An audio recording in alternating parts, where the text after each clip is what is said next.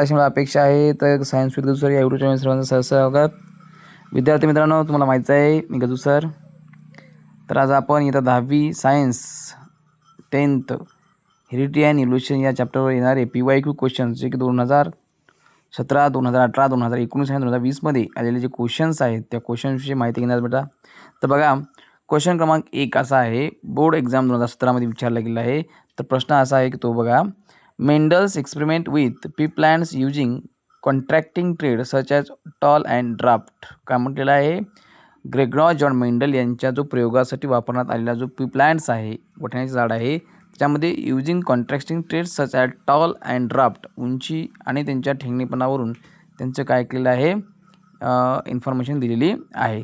तर बघा, show that in the F1 generation only the dominant trait tall appear while the recessive trait dropped was measured. When one F1 plants were cell pollinations, the F2 generation show the recessive trait remaining in a 3:2 ratio of tall to drop plants. तर या ठिकाणी काय सांगितलं बघा, dominant आणि recessive जे की प्रभावी आणि अप्रभावी असे जे काही सीड्स आहेत त्यांच्यामधले आपण जे कॅरेक्टरिस्टिक्स घेतलेला आहे तो कॅरेक्टरिस्टिक्स आहे टॉल आणि ड्रॉप्ड. म्हणजे हे आहे हाईट विषय. कोणाच्या हाईट विषय? तर पी प्लांटच्या.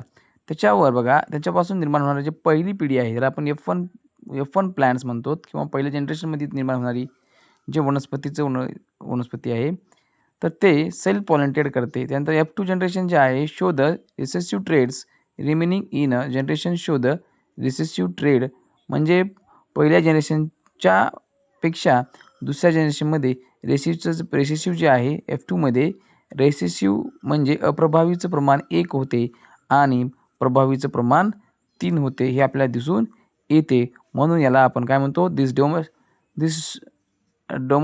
डॉमिनंटेड that traits can be dominant or recessive. तर या ठिकाणी दोन्ही या ठिकाणी काय बेटा, डॉमिनंट आणि रेसेसिव्ह आहेत. तर त्यानंतर बघा क्वेश्चन क्रमांक नेक्स्ट बघा विद्यार्थी मित्रांनो, तर तो 2018मध्ये विचारला गेला होता. काय विचारलेला आहे बघा, in human being the sex of the child is determined by the type of sex chromosome contributed by the father. म्हणजे मानवामध्ये किंवा मानवमध्ये, पुरुषामध्ये किंवा स्त्रीमध्ये जे मानव जात आहे तर त्या मानवामध्ये sex of the child is determined. तर पुरुष म्हणजे जन्म घालणं, बाळाला जन्म घालत असताना तो त्याचं लिंग हे जे फिमेल असेल किंवा मेल असेल, तो मुलगा असेल किंवा मुलगी असेल, याचं जे कॉन्ट्रीब्युटेड आहे, याच्यामध्ये जे योगदान आहे ते त्याचं वडिलांचं असते. आईचं सुमार असते, वडिलांचं असतं बेटा. तेव्हा तरी पण आपण फिमेलच काय करतो, थोडंसं हिणावतो, परंतु ते फादरचं याच्यामध्ये कॉन्ट्रीब्युशन असते. मुलगा व्हायचा का मुलगी व्हायची. परंतु नेक्स्ट घ्या, फिमेल हॅव 2X क्रोमोझोम, म्हणजे स्त्रीमध्ये XS क्रोमोझोम असतात, while males have 1 chromosome X and 1 chromosome Y. म्हणजे त्याच्यामध्ये पुरुषामध्ये एक X असतो आणि एक Y असतो. The mother always contributed on X chromosome, the father can contributed other X or Y chromosome. If the child recessive X chromosome from the father, the child will be female and the child recessive Y. जर आईकडे फक्त X आणि X 2 chromosome असतात आणि पुरुषाकडे म्हणजे वडिलांकडे X आणि Y असतो, कारण का ऐकून येणारा जो क्रोमोझोम आहे तो दोन्हीपैकी कोणताही जरी आपण रिलीज केला तर आपण काय भेटतो, आपल्याला फक्त Xच भेटतो. परंतु पुरुषाकडे यानी की पप्पाकडे जर X आणि Y असल्यामुळे जो क्रोमोझोम तो रिलीज करेल त्यानुसार त्या ठिकाणी काय होईल, बाळाला जन्म घातला जाईल. म्हणजे Y सोडला तर पुरुष होईल यानी की मुलगा होईल आणि X सोडला तर मुलगी होईल. त्यामुळे यामध्ये फादरचं कॉन्ट्रीब्युशन जास्त प्रमाणामध्ये असते, मुलगा व्हायचं की मुलगी व्हायचं. ओके विद्यार्थी मित्रांनो, तर यानंतर 2019मध्ये विचारला गेला क्वेश्चन जो अतिशय महत्त्वाचा आहे आणि हा क्वेश्चन दरवर्षी मला तरी काही हरकत नाही, कारण का की हा क्वेश्चन फार महत्त्वाचा आहे आणि पेपरमध्ये विचारलाच जातो विद्यार्थी मित्रांनो. तर सर्वप्रथम पुनश्च एकदा सायन्स विथ गजू सर या यूट्यूब चॅनलमध्ये सर्वांचं सहर्ष स्वागत. तर आपण नेक्स्ट क्वेश्चन 2019मध्ये विचारला गेलेला क्वेश्चन असा आहे, इव्होल्यूशन म्हणजे काय? तर gradual change occur in living organisms. तर बघा बेटा, evolution is the process of gradual change in living organism over generation, म्हणजे हळूवार होणारा जो बदल आहे कशामध्ये, जनरेशनमध्ये, पिढीनपिढी हळूहळू हा कालावधी जो आहे तो खूप वेळ लागणारा आहे किंवा वेळ खाऊपणा असलेला आहे. त्यामुळे हा जो बदल आहे तो अतिशय स्लो होतो आणि त्यामुळे त्याला आपण काय म्हटलेलं आहे, ग्रॅज्युअल चेंज म्हणलेलं आहे, लिव्हिंग ऑर्गॅनिझम ओव्हर जनरेशन. तर ह्याच्यामध्ये बदल असतो. आणि त्यानंतर बघा विद्यार्थी, नेक्स्ट आहे बघा, फॉसिल प्रोव्हाइड, काय म्हटलेलं आहे, fossil provide evidences for evolutions by preserving the remains or traces of ancient life. म्हणजे फॉसिल्स म्हणजे अश्म, यानी की पुरावे, ज्याला आपण काय म्हणतो, फॉसिल्स म्हणजे जे की जमिनीमध्ये गाडले गेलेले जे पुरावे आहेत त्यांना आपण फॉसिल्स म्हणतो. ओके, तर बघा, provide evidences for evolutions by preserving the remains of trace of ancient life, म्हणजे प्राचीन काळामध्ये जे काही सजीव होते, मग ते प्राणी असतील किंवा वनस्पती असतील, त्यांचे ते जमिनीखाली दबून काही कालावधीनंतर ते प्रिझर्व्ह झाले असावेत. Fossils of different age can be compare to show how organisms have change over time. तर आपण त्याच्या अनेक प्रेशरनंतर, वेगवेगळ्या प्रेशरवर पडल्यामुळे त्यांचे जे फिंगरप्रिंट आहे, त्याचे जे प्रिंट आहेत ते एकमेकाच्या दगडावर किंवा जमिनीवर किंवा एखाद्या कठोर भागावर ते प्रिंटेड होतात आणि त्यामुळं आपल्याला त्या काळामध्ये किंवा ॲन्शियंट टाईममध्ये तो पक्षी कसा होता, तो प्राणी कसा होती, ती वनस्पती कशा पद्धतीची होती, तर याची माहिती आपल्याला मिळू शकते आणि त्याची मदत आपल्याला इव्होल्युशनमध्ये महत्त्वाचं ठरते.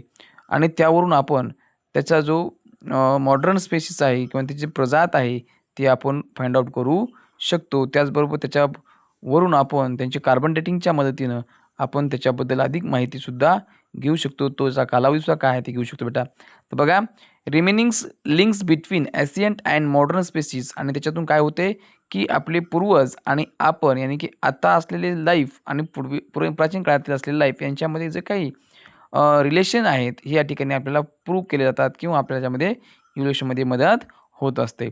त्यानंतर बघा मित्रांनो, for example fossil show how simple sea creature evolve into complex land animals. तर विद्यार्थी मित्रांनो बघा, जे जमिनीवर प्राणी होते यांच्यामध्ये साध्या पद्धतीने कशा पद्धतीने त्यांची जी क्रिएटिव्हिटी होती त्यांच्यामध्ये कशा प्रकारे रचना होती याविषयी आपल्याला माहिती मिळते. By studying fossils layer scientist can reconstruct the evolutionary history of life. त्याची माहिती आपल्याला हिस्ट्री ऑफ लाईफ या पुस्तकामध्ये किंवा या ठिकाणी आपल्याला मिळू शकते. तर हे आहे फॉसिल्स विद्यार्थी मित्रांनो. तर त्यानंतर बघा विद्यार्थी मित्रांनो, हा जो क्वेश्चन आहे 2019मध्ये विचारला होता आणि त्यानंतर क्वेश्चन 2021मध्ये विचारला गेला आहे, जो की PYQ आहे. हे सुद्धा फार महत्त्वाचा बेटा आणि हा हेरिडिटी आणि इव्होल्युशनमध्ये नेहमी विचारला जाणारा क्वेश्चन आहे बेटा. A traits may be inheritance but may not be expanded due to the presence of recessive alleles masked by a dominant alleles, a concept known as incomplete dominance. For example, if a person inherits one eyes. बघा विद्यार्थी मित्रांनो, आपण आत्तापर्यंत बघितलं की mail आणि फिमेलमध्ये क्रोमोझोमच्या जोड्या असतात आणि एकामध्ये XX असतो आणि एकामध्ये XY असतो. परंतु त्याच्यामध्ये जो X एक सिंगल आहे आणि एक Y सिंगल आहे, तर त्याला आपण ॲलिल्स म्हणतो. कारण त्याला ॲलिल्स, आणि ते याच्यातला एक तर डॉमिनंट असतो, नाहीतर एक तर रेसेसिव्ह असतो आणि त्याच्यातूनच आपल्याला पॅरेंट्स टू ऑस्प्रिंग जे काही जेनेटिक कॅरेक्टरिस्टिक्स ट्रान्सफर होणारे असतात. तर ते कॅरेक्टरिस्टिक्स म्हणजे काय, तर ते आईवडिलांचा कलर असेल, आईवडिलांच्या रचना असेल, आईवडिलांच्या आयब्रो स्ट्रक्चर असेल किंवा आईवडिलांचं फेस स्ट्रक्चर असेल किंवा आईवडिलांची हाईट असेल, अशा प्रकारचे कॅरेक्टरिस्टिक्स हे ट्रान्सफर होतात. आणि ट्रान्सफर होणारे जे काही जीन्स आहेत त्याच्यामध्ये जे गॅमेट्स आहेत त्याला आपण ॲलिल्स म्हणतो सिंगलला. त्यानंतर बघा काय विचारलं बेटा, brown eyes becomes the dominant alleles, the experience of the recessive blue eyes alleles. The blue eyes alleles is inherited and pass on the not next generation but it is not expanded in. तर बघा, हे जे generation आहे किंवा हे एकाकडून दुसऱ्याकडे ॲलिल्सच्या माध्यमातून कॅरेक्टरिस्टिक्स ट्रान्सफर होत असतात, परंतु हे एक्सपांड होत नाहीत. एक्सपांड होणे म्हणजे काय, तर ते त्याच्या परिणाम पूर्ण शरीरानं दिसून येत नाही, तर ते एका विशिष्ट अवयवावर दिसून येतात. तर विद्यार्थी मित्रांनो, आपण जो आज 4 क्वेश्चन बघितले ते चारही क्वेश्चन्स प्रिव्हियस यानी की प्रिव्हियस इयर क्वेश्चन मागील वर्षी विचारले जाणारे प्रश्न आहेत बेटा. आणि अशा प्रकारचे तुम्हाला व्हिडिओ तुम्हाला मिळत जातील.